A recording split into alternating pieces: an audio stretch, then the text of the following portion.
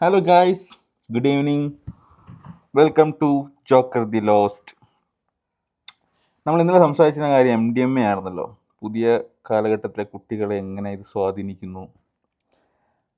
അതുതന്നെ ആയപ്പോൾ ഞാൻ ഇന്ന് റീൽസിൽ കണ്ടുകൊണ്ടിരുന്നപ്പോൾ നമ്മളെ മൈത്രേയൻ ഉണ്ടല്ലോ, കനീക്കു ശ്രീധര തന്തപ്പടി, പുള്ളിയുടെ അഭിപ്രായം പുള്ളിയോട് ഈ സോഷ്യൽ മീഡിയക്കാർ ചെന്ന് ചോദിക്കുകയാണ് എങ്ങനെ ഇതിൽ നിന്ന് മുക്തി നേടാം എന്നുള്ളൊരു സ്വഭാവം. അപ്പോൾ പുള്ളി പറഞ്ഞൊരു കാര്യത്തിൽ തന്നെ എന്നെയും കൂടി നല്ല രീതിയിൽ സ്വാധീനിച്ചിട്ടുണ്ട്.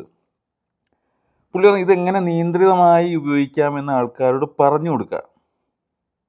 MDMA ആയാലും കള്ളായാലും പുകവലി ആയാലും എങ്ങനെ നിയന്ത്രിതമായി ഇത് ഉപയോഗിക്കുന്നത്. അപ്പോൾ എനിക്കത് നെഗറ്റീവായിട്ട് തന്നെ തോന്നിയത്. പക്ഷെ ആൾ പറഞ്ഞൊരു കാര്യം, നിങ്ങൾ ലഹരി ഉപയോഗിക്കുന്നതിനേക്കാൾ കൂടുതൽ അങ്ങനെ നോക്കുകയാണെങ്കിൽ ലഹരി ഉപയോഗിക്കുന്നതിനേക്കാൾ കൂടുതൽ അപകടകരമാണ് വണ്ടി ഓടിക്കാൻ പഠിക്കുന്നത്. ലഹരി ഉപയോഗിച്ച് കഴിഞ്ഞാൽ പതിയെ മരിക്കുന്നുള്ളൂ. ഇപ്പം അനാവശ്യമായ രീതിയിൽ. ഇപ്പോൾ വണ്ടി ഓടിക്കുന്നത് മര്യാദയ്ക്കല്ല വണ്ടി ഓടിക്കുന്നെങ്കിൽ എപ്പോൾ വേണമെങ്കിലും ഒരു ആക്സിഡൻറ്റ് ഉണ്ടായ ഒരാളുടെ ജീവൻ പോകാം ഓൺ ദ സ്പോട്ട്. അപ്പോൾ മര്യാദയ്ക്കല്ല വണ്ടി ഓടിക്കുന്നത്, ഓൺ ദ സ്പോട്ട് ലഹരി ഉപയോഗിക്കുന്നതിനേക്കാൾ ഇമ്മീഡിയറ്റ് എഫക്റ്റ് ആയിട്ട് ഒരാൾ മരിച്ചു പോകും.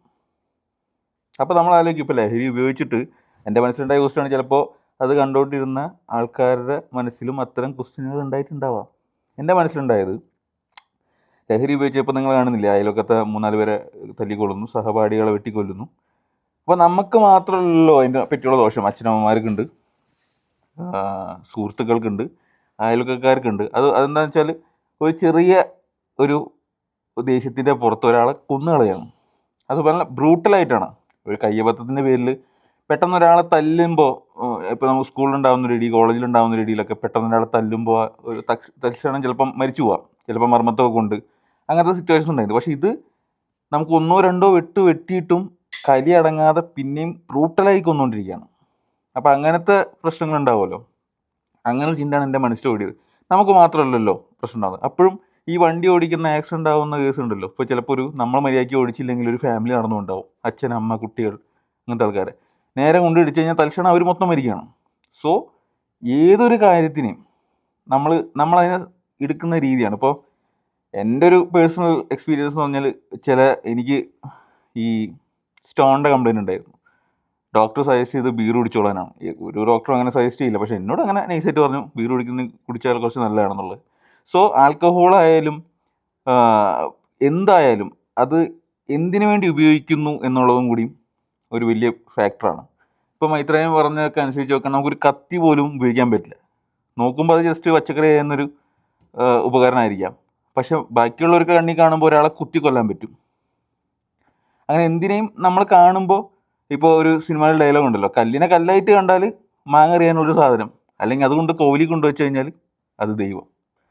സോ എങ്ങനെ നമ്മൾ സ്വാധീനിക്കുന്നു, എങ്ങനെ നമ്മൾ നോക്കിക്കാണുന്നു എന്നുള്ളതിലാണ് എല്ലാ കാര്യങ്ങളും കിടക്കുന്നത്.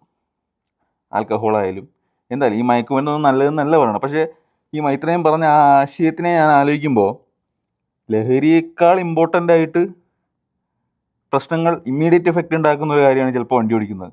ഞാൻ അങ്ങനെ നിൽക്കുന്നില്ല, ആലോചിക്കുമ്പോൾ ശരിക്കും സത്യത്തിൽ അങ്ങനെയാണ്. സോ നിങ്ങളെ അഭിപ്രായങ്ങളും ഇതിനോട് യോജിക്കുന്നുണ്ടോ അല്ലെങ്കിൽ ശരിയല്ലേ എന്ന് എനിക്ക് തോന്നി. ചിലപ്പോൾ അതും തെറ്റായിരിക്കാം നിങ്ങളുടെ ഭാഗത്ത് നിന്ന് നോക്കുമ്പോൾ. പക്ഷേ നിങ്ങളുടെ അഭിപ്രായങ്ങൾ കമൻ്റായി എൻ്റെ പോസ്റ്റിൻ്റെ അടിയിൽ കമൻറ്റ് ചെയ്യുക. ഇത്തരം ദുശീലങ്ങളുള്ള ആൾക്കാരെ നിങ്ങൾക്കൊണ്ടാവുന്ന രീതിയിൽ ബോധവൽക്കരിക്കുക.